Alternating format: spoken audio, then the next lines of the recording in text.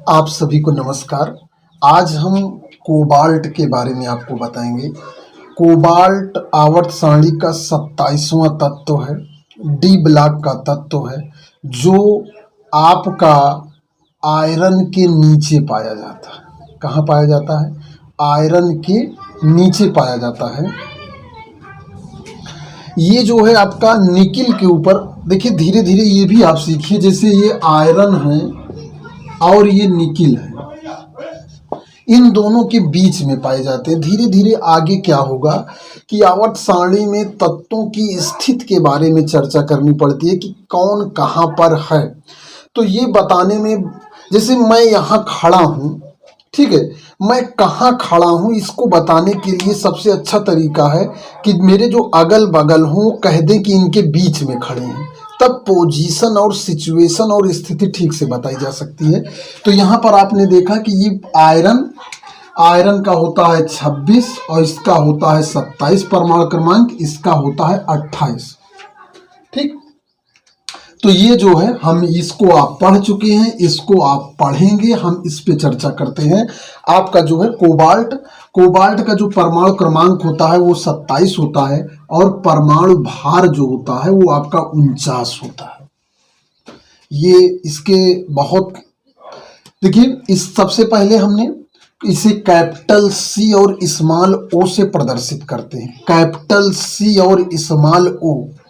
देखिए कोबाल्ट और carbon monoxide में कंफ्यूजन हो जाता है। देखिए सीखने में जैसे बच्चे क्या करते हैं, ऐसे कभी कभी CO लिख देते हैं, कोबाल्ट को ऐसे कभी लिख देते हैं, और कभी कभी कार्बन मोनोऑक्साइड को ऐसे लिख देते हैं। ये लिखने की गलतियां हैं। तो बच्चे आप लोग ये गलती नहीं करेंगे। कैपिटल, देखिए कैपिटल O और कैपिटल C और कैपिटल O कार्बन मोनोऑक्साइड होता है, और capital C small O cobalt तत्व होता है। ये लिखने के तरीके का अंतर है। अगर आपने O को छोटा बड़ा कर दिया तो ये दूसरी चीज बन जाता है।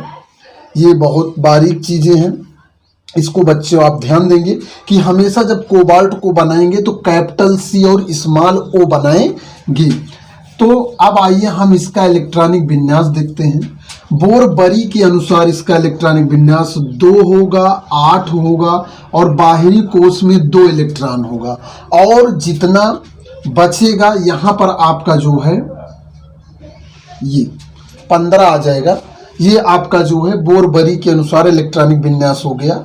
और इसके बाद जो है 1s2, 2s2, 2p6, 3s2, 3p6, 4s2, 3d7, ये इसका आपका इलेक्ट्रॉनिक विन्यास हो गया। इलेक्ट्रॉनिक विन्यास जो यहाँ पर ये जो मुख्य हैं, देखिए ये इसके जो है सबसे आउटर मोस्ट तो 4s2 है, ठीक है।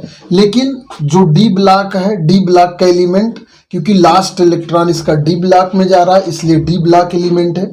डी ब्लॉक के बारे में मैंने बताया है, ये एक से अधिक संयोजकता व्यक्त करते हैं, एक से अधिक ऑक्सीकरण संख्या व्यक्त करते हैं, उत्प्रेरक के रूप में उपयोग होता है, रंगीन ये खुद होते हैं और रंगीन यौगिक भी बनाते हैं। अभी इसके हम यूज के बारे में देखेंगे। तो ये आपका क्या हो गया, ये इसका इलेक्ट्रॉनिक विन्यास हो गया।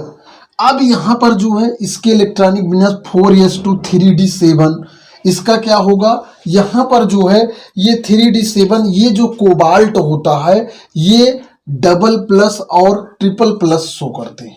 डबल प्लस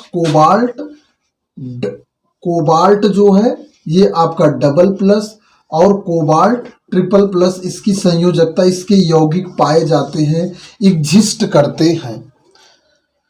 और यहाँ पर जो कोबाल्ट होता है, कोबाल्ट के उत्प्रेरक, कोबाल्ट जो हमारे शरीर में जो सबसे ज़्यादा महत्वपूर्ण होता है, कोबाल्ट के हम यूज के बारे में चर्चा कर लेते हैं। इसका यूज बहुत ही इम्पोर्टेंट है। तो इसके यूज में सबसे पहले हम आते हैं, इसका यूज क्या होता है। यूज में विटामिन 12, क्या भैया, विटामिन 12, ये विटामिन 12 जो होती है ये हमारे शरीर में बहुत ही महत्वपूर्ण होती है और B12 कहते हैं। B12 के सेंटर में कोबाल्ट पाया जाता है। B12 वह विटामिन होती है जो हमारी हड्डियों एवं अन्य चीज़ों के लिए बहुत ही महत्वपूर्ण होती है। तो यहाँ पर विटामिन B12 के सेंटर में ये मान के चलिए कि ऐसे पोरफायरिन रिंग होती है। देखिए पोरफायरिन रिंग हमने आपसे कहाँ कहाँ चर्चा की है, ये थोड़ा सा जान लेते हैं। ये कोबाल्ट है। पोरफायरिन रिंग हमने हीमोग्लोबिन में आपको बताया है। उसके बाद क्लोरोफिल में बताया है। देखिए हीमोग्लोबिन में जो होता है उसके सेंटर में क्या होता है, मैग्नीशियम होता है। मैग्नीज नहीं, मैग्नीशियम होता है। परमाणु क्रमांक 12, आप लेक्चर नंबर 12 में जाके देख सकते हैं। तो वहां पर ये जो है, और उसी तरह विटामिन बी के सेंटर में आपका ये कोबाल्ट होता है जो बहुत ही महत्वपूर्ण रोल अदा करता है। तो कोबाल्ट ये आपने ये B12 जाना कि इसका कोबाल्ट में यूज होता है। ये B12 जो है हमारे पोषण के लिए जान ही रहे बहुत महत्वपूर्ण है। और कोबाल्ट 60, क्या कोबाल्ट 60 जो होता है ये ट्रीटमेंट ऑफ कैंसर में यूज होता है। ट्रीटमेंट ऑफ कैंसर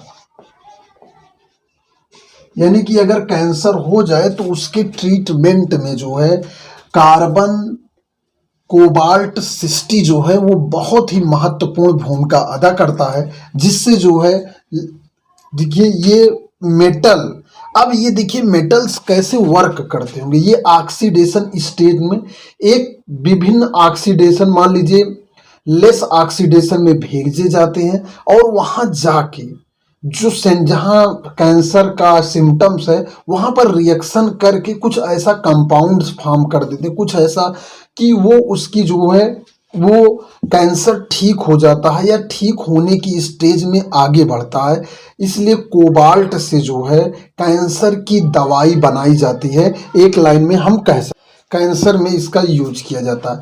और इसका जो है आप जो एयरक्राफ्ट होती है यानी कि जो एयरप्लेन होती है, आप मान सकते हैं एयरप्लेन में जो है ये जो है इंजन बनाने में किया जाता है। इंजन बनाने में इसका यूज किया जाता है, इस मेटल का यूज किया जाता है। मिश्रित धातु ये मेटल के रूप में बहुत अच्छा वर्क करता है। जैसे मान लीजिए जो हम गाड़ी 2 चक्का 4 चक्का चलाते हैं वो जिस मेटल की बनती है, जो पिस्टन होता है वो दूसरी मेटल का बनता है। उसी तरह मैंने आपको बताया था कि टाइटेनियम से जो है जहाज के बाहरी हिस्से बनाए जाते हैं, क्योंकि टाइटेनियम धातु हल्की होती है।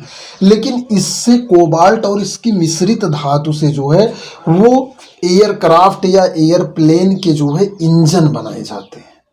ठीक, तो ये जो इंजन बना क्यों, क्योंकि ये धातुएं जो है हल्की होने के साथ साथ जो है ये जो है बहुत ज़्यादा जंग नहीं लगती हैं, कभी भी जंग नहीं लगती हैं, जिससे जो है ये धातुएं ज़्यादा दिन तक अच्छे फ्लो में चलती हैं। और कोबाल्ट देखिए जैसे इसका कोबाल्ट नाम है तो इसका जो जर्मन भाषा में कोबाल्ट नाम है। क्या नाम है? कोबाल्ट। जर्मन भाषा में इसका नाम कोबाल्ट है। इससे कोबाल्ट से जो है इंग्लिश भाषा में कोबाल्ट शब्द का जन्म हुआ है। तो प्यारे बच्चों, आपने यहाँ कोबाल्ट के बारे में देखा, परमाणु क्रमांक, परमाणु भार, इलेक्ट्रॉनिक विन्यास, उसके बाद इसका यूज देखा, और एक चीज इसे कार्बन कार्बन मोनोऑक्साइड और कोबाल्ट में लिखने के अंतर को आपने अच्छी तरह से जाना। तो इसे कॉपी में सी, जैसे मैं यहाँ पर ब्लैक बोर्ड पे बड़ा सा बनाता हूँ, तो आप भी कोशिश करिए थोड़ा पेज में बड़ा बनाने के लिए, ताकि आपका दिमाग जो है इस चीज़ों को समझ सके, क्योंकि मस्तिष्क जो होता है वो इमेज की भाषा समझता है। मैं आपको बोल रहा हूँ, जो शब्द मैं बोलता हूँ वो आपके सुनते हैं, लेकिन एक इमेज भी आपके दिमाग में जानी चाहिए, ताकि जब हाथों से आप कॉपी पे बनाएं तो एक आपकी इमेज बनती है, वो हमेशा आपके दिमाग में परमानेंट बनती है। इसलिए इस चित्र को भी बनाएं, परमाणु क्रमांक 27 को याद रखें, और इसके बेहतरीन 2 यूज आप विटामिन 12 हमको हरी सब्जियों से मिलता है, रेड मीट से मिलता है, मछली से मिलता है, और बंधे में भी पाया जाता है, कैबेज में भी होता है। तो इन सब में जो है आप जो है हरी सब्जियां खाने से कोबाल्ट आपको नेचुरली मिल जाता है, ठीक है। और वैसे भी आप हरी सब्जियां खाएं, हरी सब्जियों में बहुत सारी विटामिन होती है जो आपके लिए बहुत ही फायदेमंद होगी। तो इस वीडियो में इतना ही। मैं गुलाब चंद मौर्य, साइंस टीचर। धन्यवाद।